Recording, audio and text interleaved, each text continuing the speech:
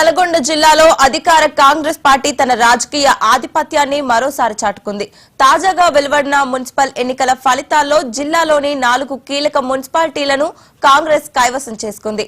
హాలియా, చెండూరు, నందికొండ, చిట్యాల మున్సిపాలిటీల్లో కాంగ్రెస్ అభ్యర్థులు ఘన విజయం సాధించి ప్రత్యర్థి పార్టీలకు గట్టి షాక్ ఇచ్చారు.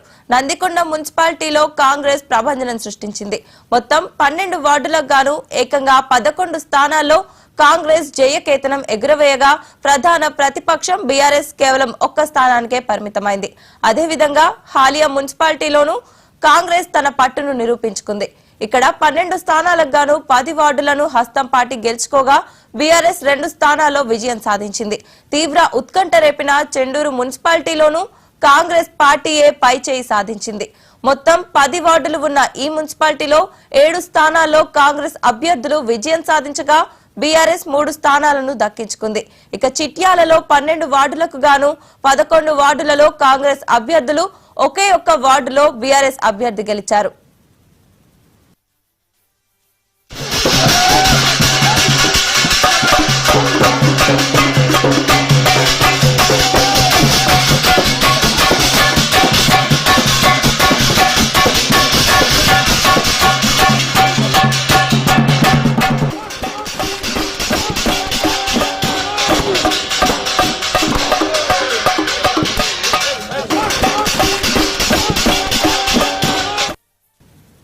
ఉమ్మడి నల్గొండ జిల్లాలో అధికార కాంగ్రెస్ పార్టీ తన రాజకీయ ఆధిపత్యాన్ని మరోసారి చాటుకుంది.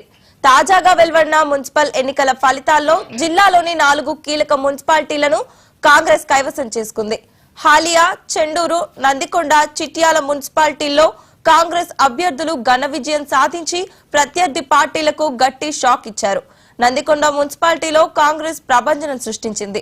మొత్తం 12 వార్డులకు గాను ఏకంగా 11 స్థానాల్లో కాంగ్రెస్ జయకేతనం ఎగురవేయగా ప్రధాన ప్రతిపక్షం బీఆర్ఎస్ కేవలం 1 స్థానానికే పరిమితమైంది. అదేవిధంగా హాలియా మున్సిపాలిటీలోనూ కాంగ్రెస్ తన పట్టును నిరూపించుకుంది. ఇక్కడ 12 స్థానాలకు గాను 10 వార్డులను హస్తం పార్టీ గెలుచుకోగా బీఆర్ఎస్ 2 స్థానాల్లో విజయం సాధించింది. తీవ్ర ఉత్కంఠ రేపిన చెండూరు మున్సిపాలిటీలోనూ కాంగ్రెస్ పార్టీయే పైచేయి సాధించింది. మొత్తం 10 వార్డులు ఉన్న ఈ మున్సిపాలిటీలో 7 స్థానాల్లో కాంగ్రెస్ అభ్యర్థులు విజయం సాధించగా బీఆర్ఎస్ 3 స్థానాలను దక్కించుకుంది. ఇక చిట్యాలలో 12 వార్డులకు గాను 11 వార్డుల్లో కాంగ్రెస్ అభ్యర్థులు, ఒకే ఒక్క వార్డులో బీఆర్ఎస్ అభ్యర్థి గెలిచారు.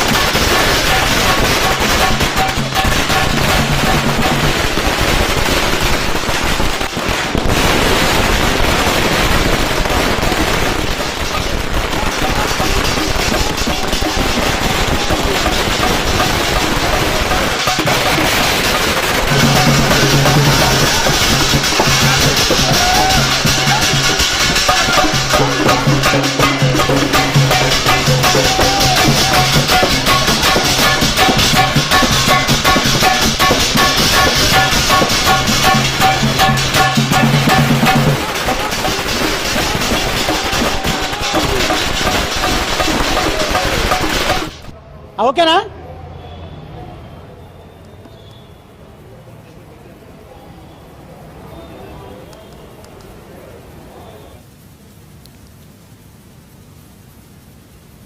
రైట్. గాంధీ భవన్లో సంబరాలు అయితే శురువయ్యాయి చెప్పొచ్చు. పెద్ద ఎత్తున ఇప్పటికే కూడా అంటే కాంగ్రెస్ మున్సిపల్ ఎన్నికల్లో కూడా విజయకేతనం వివరిస్తున్న నేపథ్యంలో కూడా గాంధీ భవన్లో సంబరాలు అమరా ఉంటాయి.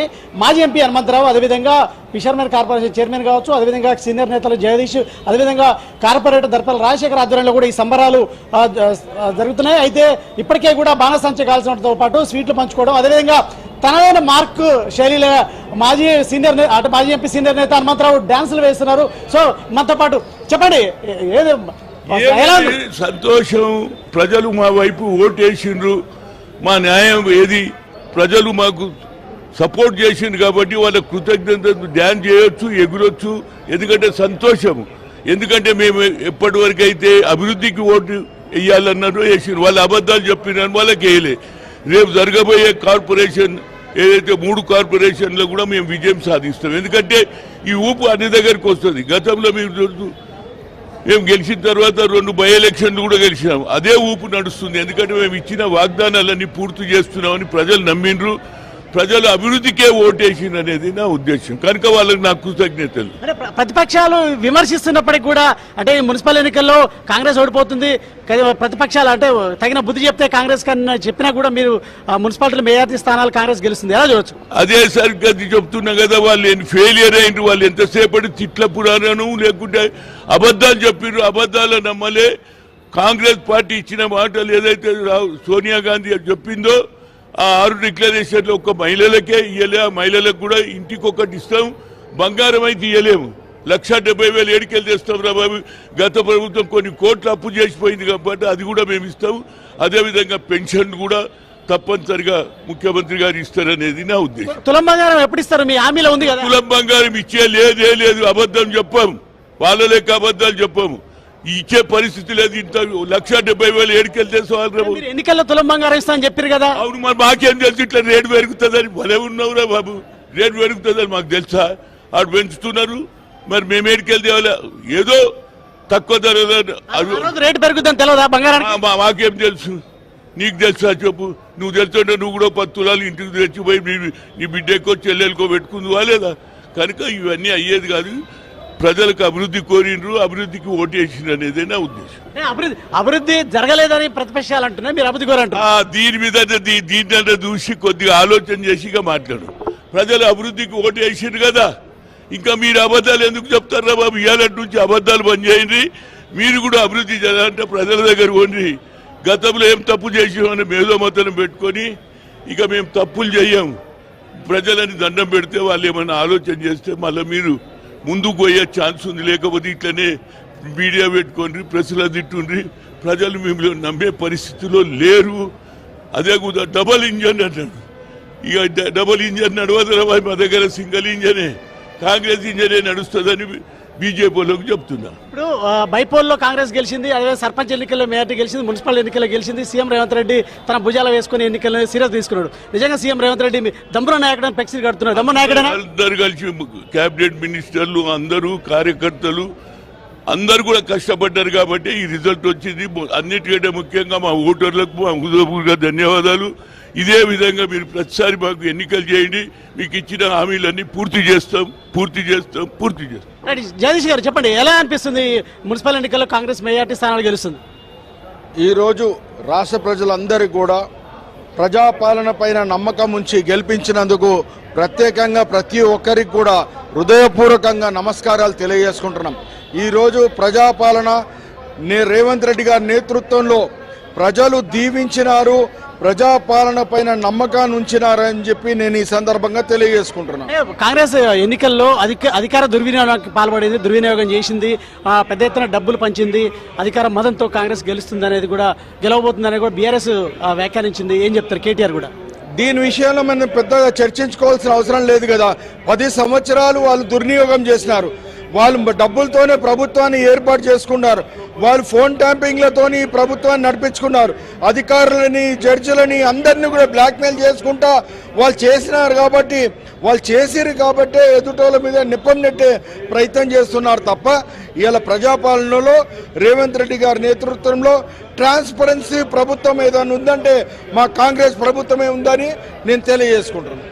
మున్సిపల్ ఎన్నికలు మెజార్టీ స్థానాలు గెలవబోతుంది, అదేవిధంగా జిహెచ్ఎంసీ ఎన్నికలు ఎలా ఉండబోతాయి భవిష్యత్తులో? మీకు ఒక మాట శ్రీనివాస్ గారు, మేము 2019లో గెలిచి 2023లో గెలిచినప్పటి నుండి కూడా మీరు కంటోన్మెంట్ ఎలక్షన్ కానివ్వండి, జూబ్లీ హిల్స్ ఎలక్షన్స్ కానివ్వండి, మొన్న లోకల్ బాడీ ఎలక్షన్స్ కానివ్వండి, ఇవాళ ఎవరైతే బీజేపీ బీఆర్ఎస్ ఛాలెంజ్ చేసినారు పట్టణాలలో ఎలక్షన్స్ పెడితే కాంగ్రెస్ గెలవదని చెప్పి రేవంత్ రెడ్డి గారు ఆ ఛాలెంజ్ని తీసుకొని 116 మున్సిపాలిటీలు 7 కార్పొరేషన్లు పెడితే ఈరోజు విజయదుందుబ్బి మాకు అంటే 24 నుండి 23 నుండి ఏ విధంగానైతే కొట్టుకుంటూ వస్తున్నామో అది ఇంకా మాకు ఇంక్రీజ్ అవుతుంది ప్రజాబలం. దీన్ని బట్టే తెలుస్తుంది రేపు కాంగ్రెస్ 3 కార్పొరేషన్లలో కూడా మేమే గెలుస్తామని చెప్పి గంటాపదంగా చెప్తున్నాను. ఇది పరిస్థితి మొత్తంగా ఏదైతే మున్సిపాలిటీ ఎన్నికల్లో 116 మున్సిపాలిటీలకు 7 కార్పొరేషన్లకు జరిగిన ఈ ఎన్నికలకు అధికార కాంగ్రెస్ అనేది హవా కొనసాగుతుందని చెప్పొచ్చు. సర్పంచ్ ఎన్నికల్లో ఏ విధంగా హవా కొనసాగించిందో కాంగ్రెస్, అదేవిధంగా ఇప్పుడు మున్సిపల్ ఎన్నికల్లో కూడా అదే విధమైన హవాని కొనసాగిస్తుంది. అయితే ఏదైతే ఈ కొన్ని కాంప్లికేటెడ్ జిల్లాలు అంటే ఇప్పుడు ఉమ్మడి మహబూబ్నగర్ కావచ్చు, ఉమ్మడి అదేవిధంగా నల్గొండ కావచ్చు, ఖమ్మం జిల్లాల్లో కాంగ్రెస్ క్లీన్ స్వీప్ చేసే దిశగా మున్సిపల్ ఎన్నికల్లో దూసుకుపోతుంది. కానీ మెదక్ కావచ్చు, అదేవిధంగా నిజామాబాద్ కావచ్చు, కరీంనగర్ జిల్లాల్లో ఏ విధంగా ఉండబోతుంది, అదేవిధంగా ఈ ఫలితాలు ఉండబోతున్నాయి అనేది ఆసక్తి రేకిస్తుంది. ఎందుకంటే అక్కడ ఈ దక్షిణ తెలంగాణ విషయానికి వస్తే బీజేపీ కాస్త బలంగా ఉంది. సో అక్కడ మెజార్టీ ఎంపీలు గెలిచారు, ఎమ్మెల్యేలు గెలిచిన నేపథ్యంలో కూడా అక్కడ చివరి ఫలితాల వరకు ఖచ్చితంగా బీజేపీ మెజార్టీ గెలుస్తామని ధీమాలో ఉన్న నేపథ్యంలో కూడా ఇటు బీఆర్ఎస్ కూడా అటువైపు ఆశలు పెట్టుకుంది. సో ఏ విధంగా ఉండబోతుంది, ఇప్పటికే కూడా ఏదైతే 841 స్థానాలు అంటే ఏదైతే వార్డులు కూడా కాంగ్రెస్ కైవసం చేసుకుంది. సో ఇంకా మరిన్ని వార్డులు గెలవబోతున్నామంటూ కూడా ఇప్పటికే ధీమాతోటి, అదేవిధంగా కార్పొరేషన్లు ఇప్పటికే 13 కార్పొరేషన్లు ఏదైతే 13 మున్సిపల్ కార్పొరేషన్లు గెలిచిన పరిస్థితుంది. మరో ఏదైతే 7 కార్పొరేషన్లకు సంబంధించి కూడా ఇప్పటికే లీడ్స్ కొనసాగుతున్న నేపథ్యంలో గాంధీ భవన్లో సంబరాలు అంబరాన్ని అంటాయి. అదేవిధంగా సీనియర్ నేత మాజీ ఎంపీ హనుమంతరావు తనదైన శైలిలో కూడా డ్యాన్సులు వేసి అలరించారు.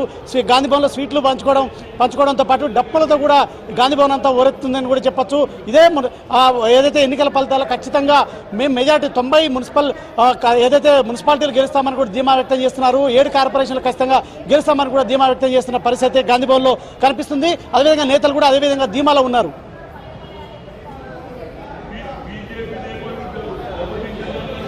Right, thank you Srinivas.